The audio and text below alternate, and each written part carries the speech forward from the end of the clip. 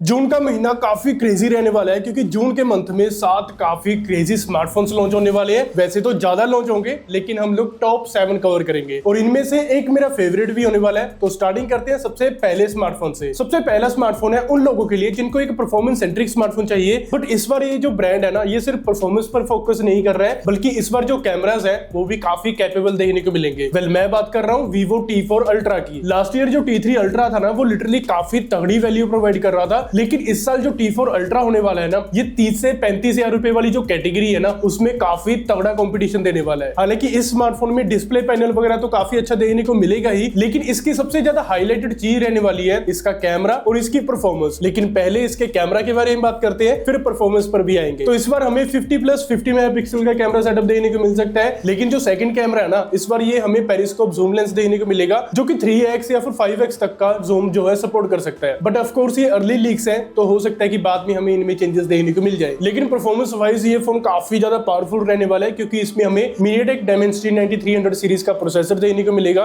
Most likely है कि हमें 9300 प्लस प्रोसेसर देखने को मिलेगा क्योंकि लास्ट ईयर 9200 प्लस देखने को मिला था। लेकिन अगर बात करें प्राइसिंग के बारे में, देन इसका जो प्राइस है वो 32 से 35 हजार रुपए के अराउंड देखने को मिल सकता है। लेकिन एक चीज यहाँ पर मैं पहले ही क्लियर कर दूं कि ये अकेला स्मार्टफोन नहीं रहने वाला है जो कि इस रेंज में सबसे ज्यादा पावरफुल होगा, क्योंकि नेक्स्ट मंथ एक और काफी पावरफुल स्मार्टफोन लॉन्च होने वाला है। हालांकि आप गेस करो कि कौन सा स्मार्टफोन होने वाला है। मैं तब तक यहाँ पर दूसरे स्मार्टफोन की बात कर लेता हूँ, और ये स्मार्टफोन भी हमें Vivo का ही देखने को मिलेगा। Vivo की जो X सीरीज है ना, वो लिटरली काफी ज्यादा पॉपुलर होती जा रही है इंडिया के अंदर, और मैंने भी Vivo का X200 जो है रिव्यू करा था, और वो smartphone literally one of the best camera systems के साथ में आता है। और अभी इसी सीरीज को आगे कंटिन्यू करते हुए Vivo जो है वो X200 FE भी इंडिया में लॉन्च करने वाला है। लेकिन ये smartphone Vivo X200 Pro Mini का रीब्रांडेड वेरिएंट नहीं होने वाला है, बल्कि ये रीब्रांडेड वेरिएंट होगा Vivo S30 Pro Mini का, जो कि इंडिया में Vivo X200 FE के नाम से आएगा। तो ये है Vivo X200 FE के स्पेसिफिकेशंस जो कि हमें इस स्मार्टफोन में देखने को मिल सकते हैं। लेकिन सबसे ज्यादा मेन फोकस रहेगा इसमें 3 चीजों पर, इसके साइज पर, इसकी परफॉर्मेंस पर और ऑफ कोर्स इसके कैमरास पर। तो ये फोन 6.3 इंचेस के डिस्प्ले साइज के साथ में आएगा, जो कि मैं बोलूंगा कि काफी सही साइज है एक कॉम्पैक्ट स्मार्टफोन के लिए। और सेकंड चीज, इसमें जो कैमरास है वो हमें 3 देखने को मिलेंगे। लेकिन अगर बात करें इसकी परफॉर्मेंस की, देन Dimensity 9400E प्रोसेसर देखने को मिल सकता है। हालांकि अगर बात करें इसकी प्राइसिंग के बारे में, देन इसकी जो प्राइसिंग है वो हमें 50 से 55,000 रुपीज के अराउंड देखने को मिल सकती है। और इसका जो लॉन्च है वो हमें जून के एंड में या फिर जुलाई के फर्स्ट या फिर सेकंड वीक में देखने को मिल जाएगा। लेकिन यहाँ पर मैं एक चीज पहले ही क्लियर कर देता हूँ कि ये अकेला कॉम्पैक्ट स्मार्टफोन नहीं होने वाला है जो कि इस रेंज में देखने को मिलेगा, क्योंकि Vivo के साथ ही OnePlus का भी एक मिनी स्मार्टफोन लॉन्च होने वाला है जो कि रहने वाला है OnePlus 13S। हालांकि स्पेक्स के बारे में बात करें तो ये काफी ज्यादा इंप्रेसिव स्पेसिफिकेशंस के साथ में आने वाला है, जिसमें हमें 6.3 इंचेस की यहाँ पर डिस्प्ले देखने को मिलेगी, 120 हर्ट्ज का रिफ्रेश रेट रहने वाला है। सबसे ज्यादा मेन चीज रहेगी यहाँ पर इसका प्रोसेसर, जो कि Snapdragon 8 Elite प्रोसेसर देखने को मिलेगा। मतलब कि कॉम्पैक्ट होने के साथ साथ यहाँ पर इसकी जो परफॉर्मेंस है वो भी काफी नेक्स्ट लेवल की देखने को मिलेगी, और साथ ही में इसमें हमें 6000 mAh से अबव की यहाँ पर हमें बैटरी देखने को मिलेगी। और अगर प्राइसिंग के बारे में बात करें, देन अगेन इसकी जो प्राइसिंग है ये 50 से 55 हजार रुपए के अराउंड देखने को मिल सकती है, क्योंकि 55 से अबव तो हमें ऑफर्स वगैरह लगाकर OnePlus 13 ही देखने को मिल जाता है। तो अगर ओवरऑल यहाँ पर देखा जाए ना, OnePlus 13S एक काफी इंप्रेसिव स्मार्टफोन हो सकता है। लेकिन OnePlus का एक और स्मार्टफोन आने वाला है नेक्स्ट मंथ, जो कि रहने वाला है OnePlus Nord CE 5। अगर बात करें ना, जो OnePlus Nord CE 4 था जो कि लास्ट ईयर लॉन्च हुआ था, ये लिटरली काफी ज्यादा अंडररेटेड स्मार्टफोन था, क्योंकि स्पेसिफिकेशंस भी अच्छे थे और प्राइसिंग भी अच्छी देखने को मिली थी, और ओवरऑल जो स्मार्टफोन था वो भी काफी सही था। लेकिन शायद से इस बार हो सकता है कि जो Nord CE 5 है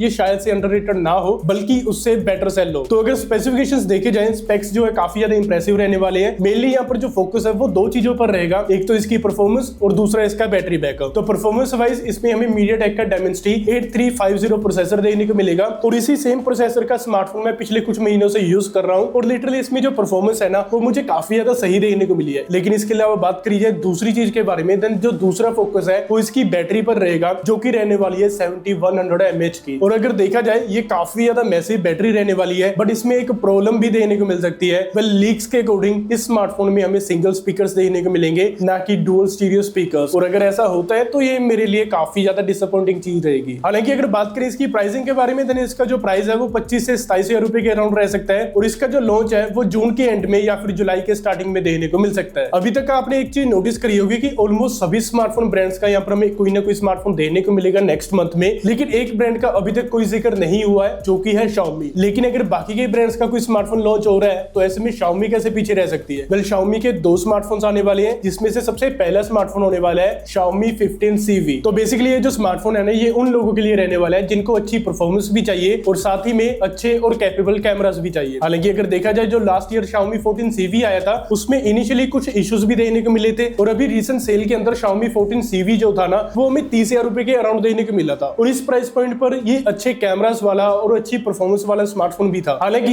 ये कुछ स्पेसिफिकेशंस रहने वाले हैं Xiaomi 15CV के, लेकिन अगर बात करिए कुछ अपग्रेड्स के बारे में, देन सबसे पहली अपग्रेड जो है वो हमें प्रोसेसर में ही मिलेगी। लास्ट ईयर 8s Gen 3 देखने को मिला था, इस ईयर हमें 8s Gen 4 प्रोसेसर देखने को मिलेगा। हालांकि अगर बात करें इसकी प्राइसिंग के बारे में, देन इसकी जो प्राइसिंग है वो हमें 42 से 45,000 रुपीज के अराउंड देखने को मिल जाएगी, जो कि हमें पता है कि ड्रॉप होकर बाद में 30,000 रुपए के अराउंड आ ही जाएगा और इस प्राइस पर ये काफी तगड़ी डील होगा। लेकिन अगर बात करिए Xiaomi के दूसरे स्मार्टफोन के बारे में, वेल जो दूसरा स्मार्टफोन है वो होगा तो Xiaomi का ही, लेकिन वो आएगा पोको ब्रांडिंग के अंदर, जो कि रहने वाला है पोको F7। इस स्मार्टफोन की काफी लोग वेट कर रहे हैं और पर्सनली मैं भी वेट कर रहा हूं, क्योंकि इसमें जो स्पेसिफिकेशंस है वो काफी नेक्स्ट लेवल के देखने को मिलेंगे, जो कि आप अभी अपनी डिस्प्ले पर देख ही सकते हो। लेकिन इस स्मार्टफोन का सबसे ज्यादा मेन फोकस रहेगा इसकी परफॉर्मेंस पर, और जो परफॉर्मेंस है वो सच में काफी तगड़ी देखने को मिलेगी, क्योंकि इसमें हमें स्नैपड्रैगन 8s Gen 4 प्रोसेसर देखने को मिलेगा, LPDDR5X RAM type, UFS 4.0 storage type रहने वाली है। लेकिन अगर बात करें बैटरी के बारे में, देन जो बैटरी है वो भी काफी ज्यादा मैसिव देखने को मिलेगी। और फाइनली अगर बात करें इसकी प्राइसिंग के बारे में, देन इसका जो प्राइस है वो हमें 30 से 35,000 रुपए के अराउंड देखने को मिलेगा